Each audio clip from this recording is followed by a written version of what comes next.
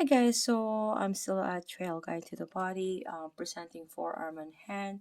This time, page 137, we are going to identify here what are the uses for extensors. Okay, so extensors, carpi, radialis, usually when you're establishing the wrist while gripping or opening a jar. When you're washing the dishes, you're turning off a faucet. Okay, so for now, we're going to Exeter Carpi Olneris when we're shaping soft clay for an art project, or we're pulling a book off a tall library shelf.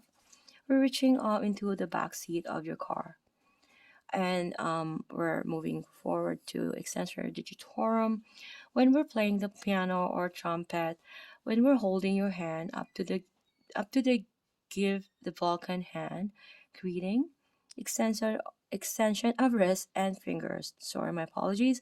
Releasing a handshake. So if you can see in the image here, the lateral view of the right forearm with fingers showing order of extensors. Okay, this is the lateral epicondyle, which is the origin of these muscles here. You see the therapist's left hand is the index fingers on the extensor carpi radialis, longus and brevis.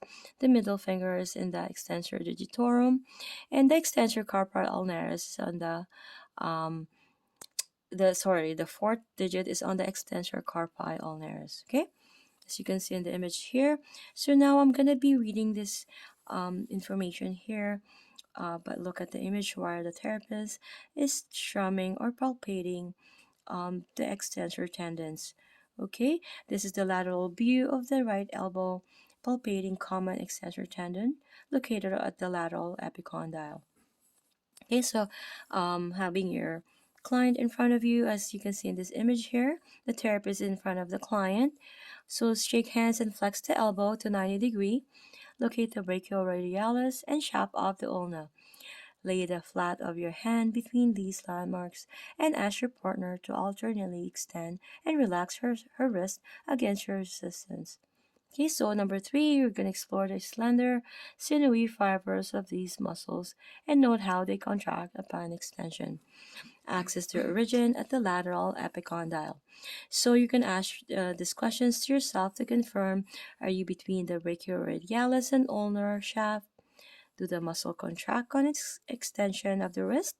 Okay, so looking at the image here, we have the lateral view of the right forearm.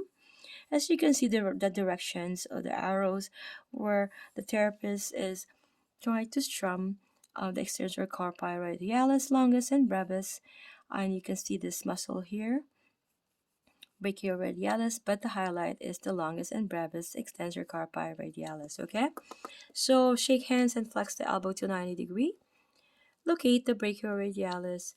Slide laterally off its belly onto the extensor carpi radialis fibers. Ask your partner to alternately abduct ABD and relax her wrist against your resistance. Sense how the fibers tighten with this movement. So follow their muscles fibers distally as far as possible to where they become tendinous. Okay? So you see how it becomes tendinous here?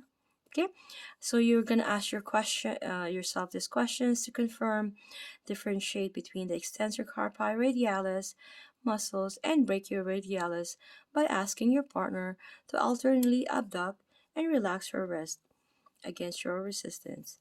Okay, so keep that in mind. Once you establish that, the brachialis, which do not cross the wrist joint, will remain slack throughout this action, while the extensor carpi radialis muscle will contract.